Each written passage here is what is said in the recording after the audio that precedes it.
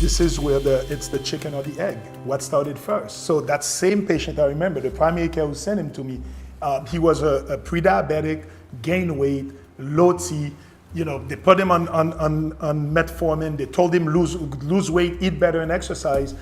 But he came to me, he's like, Doc, I know they told me all this. I have no energy to exercise.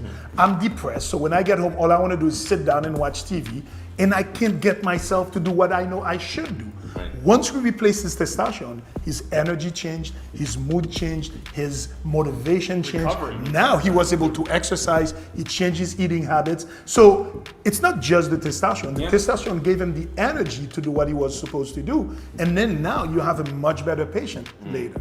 So to me, this is, again, keeping the differential diagnosis and then doing therapeutic trials, especially, and we'll go about that after, that we know testosterone is not the evil medication that we thought it was.